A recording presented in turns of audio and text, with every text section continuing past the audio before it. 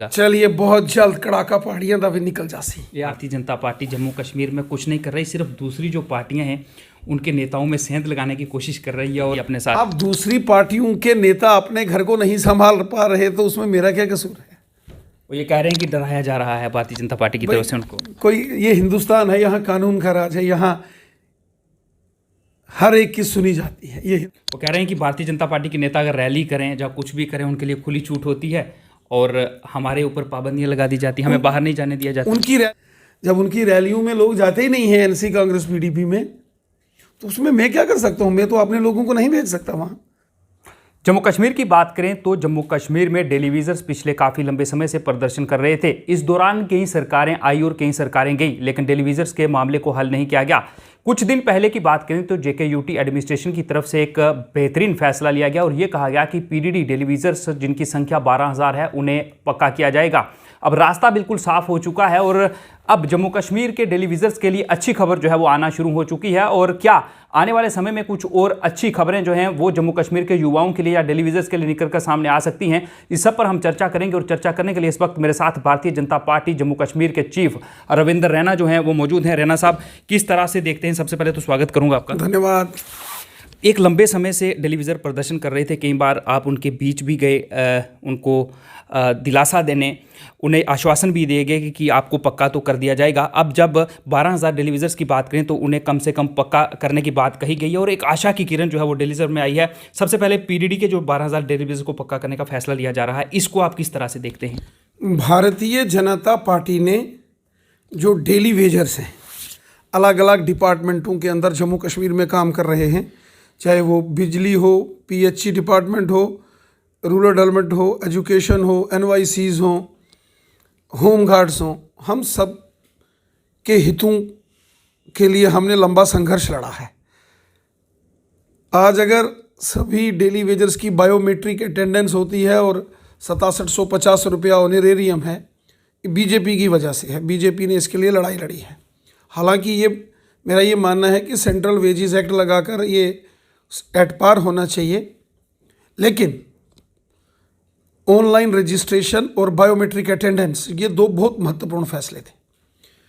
आज अगर इन सबको सरकारी मुलाजिम के नाते से माना जाता है तो वो इसलिए कि इनकी बायोमेट्रिक अटेंडेंस होती है और इनकी ऑनलाइन रजिस्ट्रेशन है।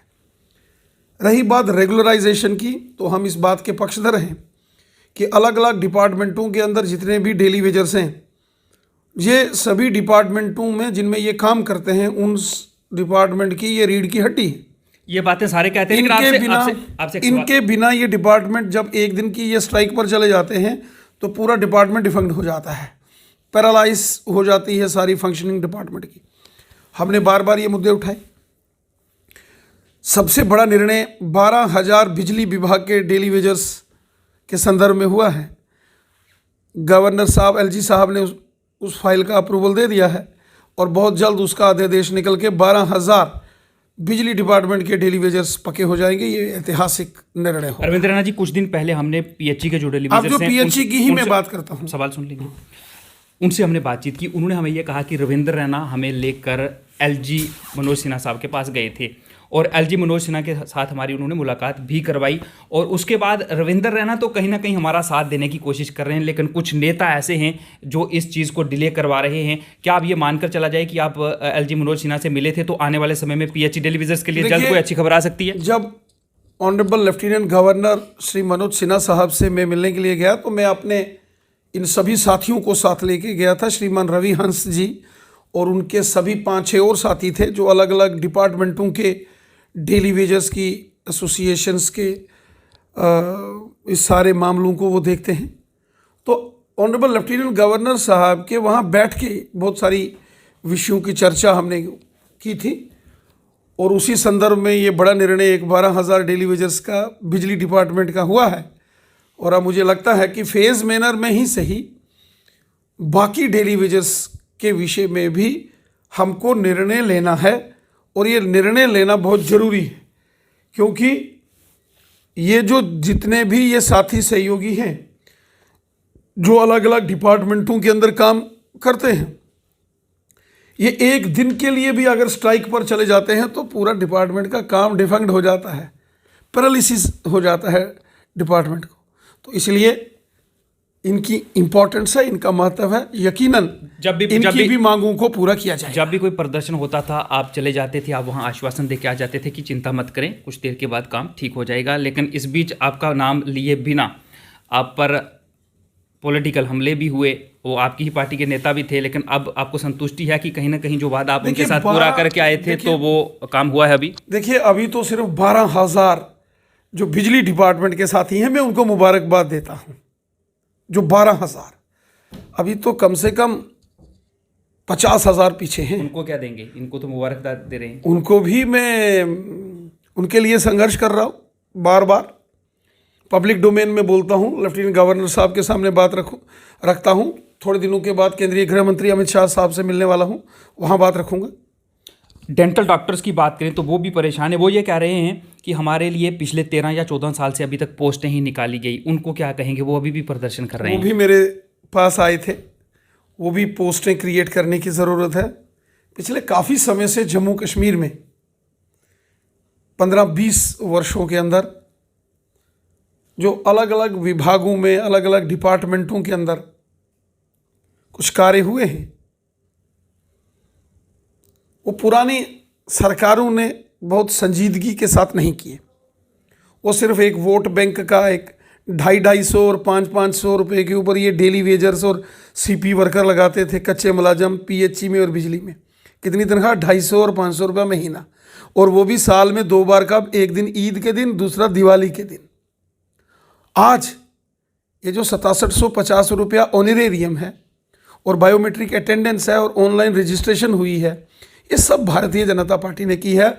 और उसी के आधार पर हम आगे पॉलिसीज़ बना के इनकी रेगुलराइजेशन पॉलिसी बनाएंगे और मिनिमम वेजेस एक्ट लगाकर इन सब डेली वेजेस की समस्याओं का हम समाधान करेंगे। बार बार ये कहा जाता है कि जम्मू कश्मीर अब बदल रहा है, जम्मू कश्मीर में विकास के नए, रोजगार के नए अवसर जो हैं वो यहाँ पर आ रहे हैं। लेकिन रविंदर जी, युवा हमने सड़कों पर देखे हैं प्रदर्शन करते हुए, और पुलिस लाठियां चलाती है। अभी जो हाल ही में जो पोस्ट विथड्रा की गई हैं, कहीं ना कहीं नुकसान तो युवाओं को हुआ है ना, इस पर क्या आप देखिए? इस बात को लेकर, इस बात को आप समझिए।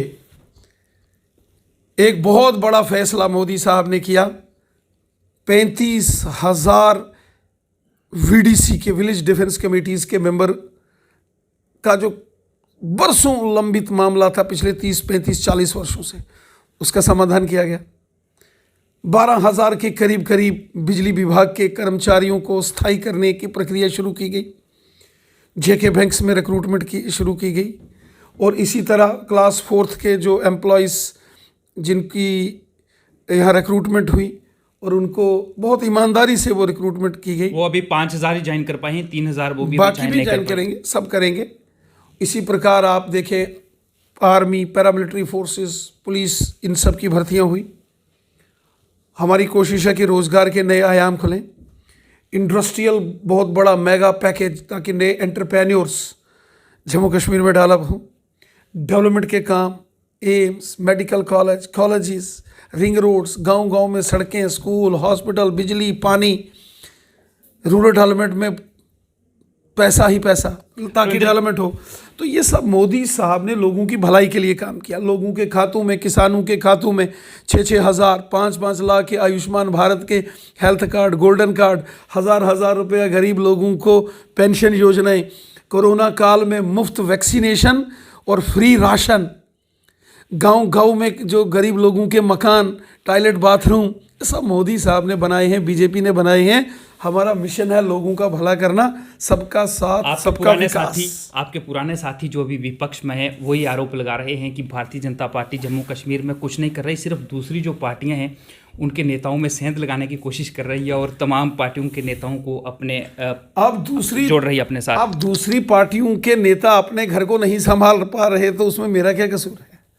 वो ये कह रहे हैं कि डराया जा रहा है भारतीय जनता पार्टी की तरफ से उनको। कोई, ये हिंदुस्तान है, यहाँ कानून का राज है, यहाँ हर एक की सुनी जाती है। ये हिंदुस्तान है, ये तालिबान नहीं है। वो कह रहे हैं कि भारतीय जनता पार्टी के नेता अगर रैली करें या कुछ भी करें, उनके लिए खुली छूट होती है और हमारे ऊपर पाबंदियां लगा दी जाती हैं, हमें बाहर नहीं जाने दिया जाता। उनकी रैलियों में कोई जाता ही नहीं तो खुद ही घर में उसको लॉक करके तो घर में बैठते हैं, तो वीडियो बना के करते हैं, तो कोई जाने नहीं देता, तो उसमें मेरा क्या कसूर है?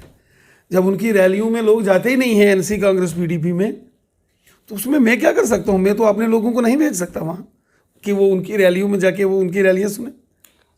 पैंथर्स पार्टी और कांग्रेस पार्टी लगातार प्रदर्शन कर रहे हैं और प्रदर्शन भारतीय जनता पार्टी के खिलाफ है कि जो हमारे नेता हैं उनकी सुरक्षा को वापस ले लिया गया है, और भारतीय जनता पार्टी के साथ ताल्लुक रखने वाला अगर कोई सरपंच भी है तो उसको भी सिक्योरिटी है, लेकिन हमारे बड़े बड़े नेता हैं उनकी सिक्योरिटी हटा ली गई। ये सिक्योरिटी देना ये सिक्योरिटी एजेंसीज का काम है।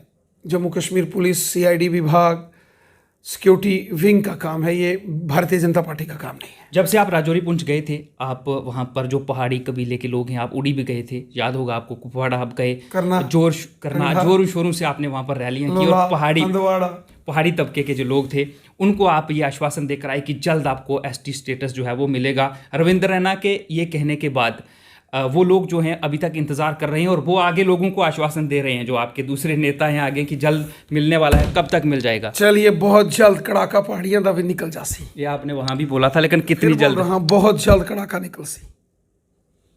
आप मिठाई तैयार रखो। बहुत बहुत शुक्रिया।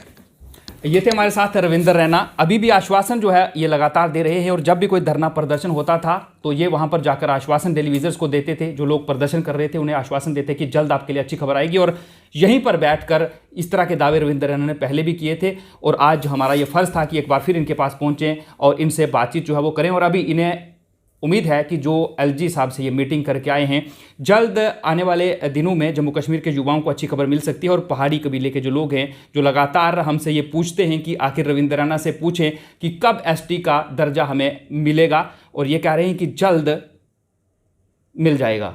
इंतज़ार करना पड़ेगा कब मिलेगा। फिलहाल के लिए मुझे दें इजाज़त। आप देखते हैं लाइव। नमस्कार।